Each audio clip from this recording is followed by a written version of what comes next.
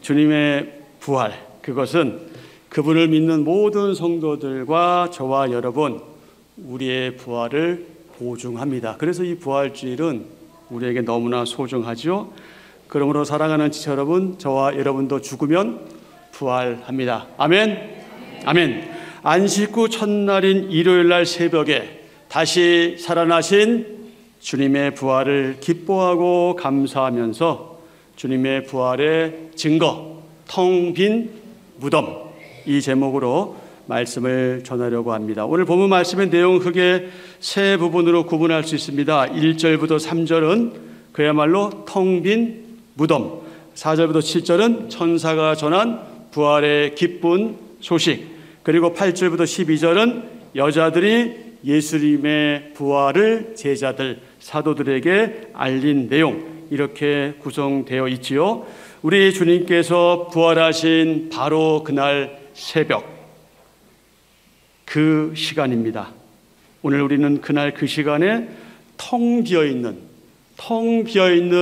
주님의 무덤에서 새롭게 다가온 소망이 있음을 봅니다. 그렇습니다. 오늘 우리는 그분의 부활 사건을 회상하면서 또 기억하면서 우리에게 새로운 믿음과 소망이 있음을 확신하게 됩니다. 금요일 오후 6시부터 토요일 오후 6시가 안식일입니다. 그때가 안식일인데 이 안식일이 지난 첫날인 오늘의 일요일, 그 일요일의 이른 새벽에 여자들이 준비해 놓은 그 향품을 가지고 겁도 없이 주님의 무덤을 찾아가지요. 그런데 여러분, 이걸 어쩝니까? 무덤 입구를 막고 있는 그 큰 돌, 그것도 봉인된 돌이 굴러가 있고 무덤 안에는 주님의 시신이 감쪽같이 사라져 버렸습니다. 그래서 그녀들은 그야말로 그 텅 빈 무덤 안에서 망연자실한 상태로 있는 거죠. 1절부터 3절입니다. 안식 후 전날 새벽에 이 여자들이 그 준비한 향품을 가지고 무덤에 가서 돌이 무덤에서 굴려 옮겨진 것을 보고 들어가니 주 예수의 시체가 보이지 아니하더라. 이 여자들이 근심에 빠져 있는데 갑자기 찬란한 옷을 입은 두 사람으로 표현된 두 천사가 나타났죠. 4절입니다. 이로 인하여 근심할 때에 문득 찬란한 옷을 입은 두 사람이 곁에 섰는지라. 이에 깜짝 놀란 여자들이 두려움에 사로잡혀서 얼굴을 땅에 대고 엎드렸죠. 그러자 두 천사가 예수님께서 죽음의 권세를 이기시고 부활하신 과정을 설명해 줍니다. 또한 천사들은 여자들에게 예수님께서 부활하셨다는 그 확실한 사실과 그분이 갈릴리에서 벌써 전에 말씀하셨던 그것을 기억하라고 여자들에게 촉구합니다. 그러면서 예수님께서 그 십자가에 못 박혀 죽으시고 사흘 만에 다시 살아나신다고 말씀하신 그 말씀을 다시 일깨워 주었죠. 5절부터 7절입니다. 어찌하여 살아있는 자를 죽은 자 가운데서 찾느냐? 여기 계시지 않고 살아나셨느니라. 갈릴리에 계실 때에 너희에게 어떻게 말씀하셨는지를 기억하라. 이르시기를 인자가 죄인의 손에 넘겨져 십자가에 못 박히고 제3일에 다시 살아나야 하리라 하셨느니라 한데 아멘. 여기 계시지 않고 살아나셨느니라. 어디에 계실 때에? 갈릴리에 계실 때에. 마태복음 17장 22절 23절입니다. 어디에 모일 때에? 갈릴리에 모일 때에 예수께서 제자들에게 이르시되 인자가 장차 사람들의 손에 넘겨져 죽임을 당하고 제3일에 살아나리라 하시니 제자들이 매우 근심하더라. 아멘. 자, 이와 관련해서 마태복음 16장 21절과 20장 17절 이하의 말씀입니다. 이때로부터 예수 그리스도께서 자기가 예루살렘에 올라가 장로들과 대제사장들과 서기관들에게 많은 고난을 받고 죽임을 당하고 제3일에 살아나야 할 것을 비로소 제자들에게 나타내시니 아멘. 20장 17절 예수께서 예루살렘으로 올라가려 하실 때에 보라 우리가 예루살렘으로 올라가노니 인자가 대제사장들과 서기관들에게 넘겨짐에 그들이 죽이기로 결의하고 이방인들이 넘겨주어 그를 조롱하며 채찍질하며 십자가에 못 박게 할 것이나 제3일에 살아나리라. 아멘. 아멘. 누가복음 24장 6절에서 살아나셨다 하는 말은요, 일으키셨다, 일으켜졌다 그런 말입니다. 살아나셨다 하는 것은 일으켜졌다. 이게 무슨 말이냐?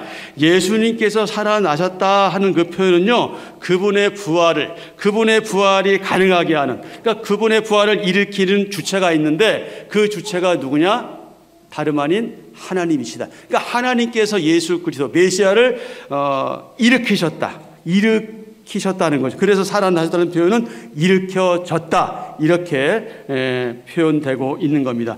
여자들은 그제서야 예수님께서 어디에서 하신 말씀? 갈릴리에서 하셨던 그 말씀이 뭐에서? 기억나서 주님께서 부활하신 현장인 텅 빈 무덤을 떠나서 자신들이 직접 눈으로 보고 체험한, 확인한, 경험한 모든 일을 제자들 그리고 사도들에게 전했죠. 8절, 9절, 10절입니다.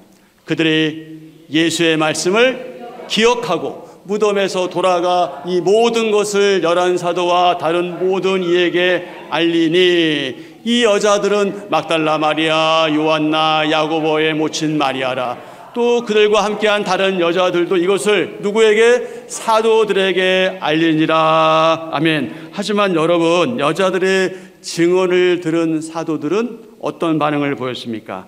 말도 안 되는 헛소리인 것처럼 주위에서 듣지 않았습니다. 아니, 그들은 예수님의 부활 소식을 믿지 않았습니다. 11절입니다. 사도들은 그들의 말이 허탄한 듯이 들려 믿지 아니하나.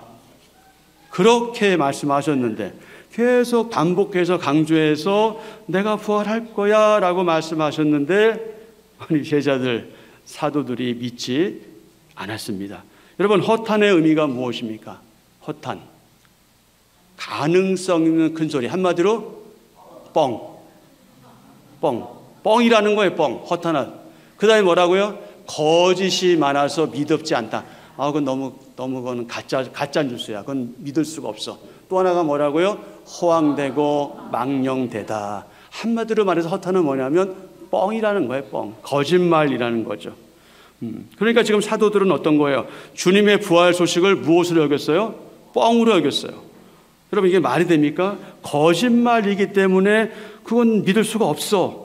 이런 거죠. 참으로 안타깝고, 정말 안타깝고 또 안타깝고 답답한 순간입니다. 어찌 제자들이, 사도들이 주님의 부활 소식을 허탄하게 여기고 믿지 않을 수 있는 걸까요? 그런데 그나마 다행인 것은 무엇입니까? 이 베드로의 태도죠. 베드로의 판단과 자세입니다.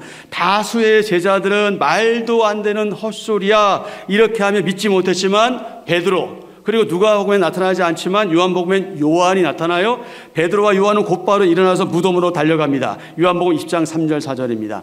베드로와 그 다른 제자가 누구냐? 예수께서 사랑하시던 요한이거든요. 그 다른 제자가 나가서 무덤으로 갈새 둘이 같이 뭐하더니 다름질하더니 그 다른 제자가 베드로보다 더 빨리 가서 먼저 무덤에 이르러. 아멘. 그런데 베드로가 몸을 굽혀서 무덤 안을 들여다보니 주님의 시신이 어찌 됐어요? 없어진 거예요. 감쪽같이 사라진 거예요. 시신을 감쌌던 세마포만 남아있던 것을 발견했죠. 그러자 베드로는 어떻게 했습니까? 어떤 반응을 보입니까? 놀랐죠. 아주 의아했어요. 이게 어떻게 된 일이야 하면서 어떻게 했어요? 그 다음 조치가 뭡니까? 집으로 돌아간 거예요. 돌아갔어요. 12절 베드로는 일어나 무덤에 달려가서 구부려 들여다보니 세마포만 보이는지라 그 된 일을 놀랍게 여기며 집으로 돌아가니라. 참 안타까운 순간이죠. 그래도 베드로 하면은 참 수제자인데, 제자들을 대표하는 사람으로 알려져 있는 그 베드로마저 이것에 대해서 별 의미를 놀랐지만 주님이 부활에 놀란 것이 아니라 시신이 없어진 것 때문에 놀라서 의아해하면서 집으로 돌아간 거죠. 사랑하는 지체 여러분, 우리는 그 말씀인 성경을 통해 주님께서 부활하신 가장 확실한 증거 가운데 하나가 바로 이 텅 빈 무덤, 이 주님의 텅 빈 무덤이라는 사실을 믿는 누구입니까? 우리는 그분의 사람들입니다. 그리스도인입니다. 우리는 성도입니다. 물론 여러분, 무덤이 비어있다는 그 한 가지의 증거만으로, 그것 한 가지만 사실만으로 예수님의 부활을 객관적으로 증명하기에는 한계가 있습니다. 그건 분명합니다. 하지만 여러분, 이 텅 빈 무덤이라는 이 확실한 증거 플러스 그분 자신이 죽으시고 사흘 만에 부활하실 거라고 예언했던, 미리 말씀하셨던 주님의 그 말씀에 대한 저와 여러분의 믿음이 결합되면 어떤 시너지 효과가 있는 겁니까? 그분의 부활의 결정적인 증거로 받아들일 수 있는 거죠. 그러기에 우리는 우리의 믿음에 대해서 깊이 생각하고 묵상해 보아야 하는데, 믿음은 여러분, 눈으로 보고 귀로 듣는 경험에 의지하기보다는 하나님의 그 말씀에 대한 바른 자세, 그리고 그 말씀에 대한 바른 수용, 그리고 믿음으로 성장한다 하는 사실을 확인하게 됩니다. 사랑하는 지체 여러분, 우리 주님의 부활 사건은 여러분의 삶과 여러분의 믿음에 어떤 의미가 있습니까? 텅 빈 무덤으로 대표되는 주님의 부활은 낙담과 끔찍한 절망 가운데서도 참 소망을 주는 그야말로 대박 사건입니다. 주님의 부활의 증거인 빈 무덤이 의미하는 바, 그것은 주님이 아닌 새로운 생명의 시작과 죽음이 아닌 새로운 생명의 시작과 출발이 있음을 보여주는 겁니다. 그러므로 저와 여러분, 우리는 이 부활 신앙을 날마다 확신하고 견지하면서 우리도 죽으면 부활할 것이라는 사실을 믿음으로 받아들여야 합니다. 그리고 우리도 부활할 것을 기대하고 소망하면서 어떤 상황, 어떤 형편, 어떤 처지에 있든지 예수 그리스도 그분의 그 십자가, 그 부활을 전하는 복된 성도들이 되어야 하겠습니다. 여러분, 그렇게 하시겠습니까? 네. 아멘. 사랑하는 여러분, 누가 뭐라 해도 이 텅 빈 무덤은 우리 주님께서 부활하신 증거입니다. 마태복음 28장 11절 이하의 말씀입니다. 여자들이 갈 때 경비병 중 몇이 성에 들어가 모든 된 일을 대제사장들에게 알리니 그들의 장로들과 함께 모여 의논하고 군인들에게 뭐를 많이 주며? 돈을 많이 주며 계속이요 이르되 너희는 말하기를 그의 제자들이 밤에 와서 우리가 잘 때에 그를 도둑질하여 갔다 하라. 그리고 가로치고 뭐라고 되어 있어요? 이것은 텅 빈 무덤에 대한 거짓과 허위와 조작이죠. 그러니까 이 얘기 무슨 얘기예요? 주님은 뭐 하셨다는 얘기예요? 부활하셨다는 얘기예요. 그걸 감추기 위해서 지금 무엇으로 매수하는 거예요? 돈으로 매수하고 있는 거예요. 14절, 만일 이 말이 총독에게 들리면 우리가 권하여 너희로 근심하지 않게 하리라. 야, 너희에게 책임 물으면 네가 말 잘해가지고 무마시켜 줄게. 지금 그 얘기잖아요. 군인들이 뭘 받고? 돈을 받고 뭐한 대로 하였으니? 가르친 대로 하였으니 이 말이 오늘날까지 유대인들 가운데 두루 퍼지니라. 누가가 이 복음서를 기록할 그때 기준에서 오늘날까지 유대인들 가운데 두루 퍼졌다. 내버려 두셔도 되는데, 괜찮아요, 권사님. 내버려 두세요, 그냥. 오늘 2025년의 부활주를 보내면서 이제 우리 이 예배 후에 우리 마음껏 이제 주님의 부활을 찬양할 겁니다. 온 마음 다해서 감사와 감격과 기쁨으로 최선을 다해 부활하신 메시아 그리스도 예수님을 찬양합시다. 할렐루야. 아멘.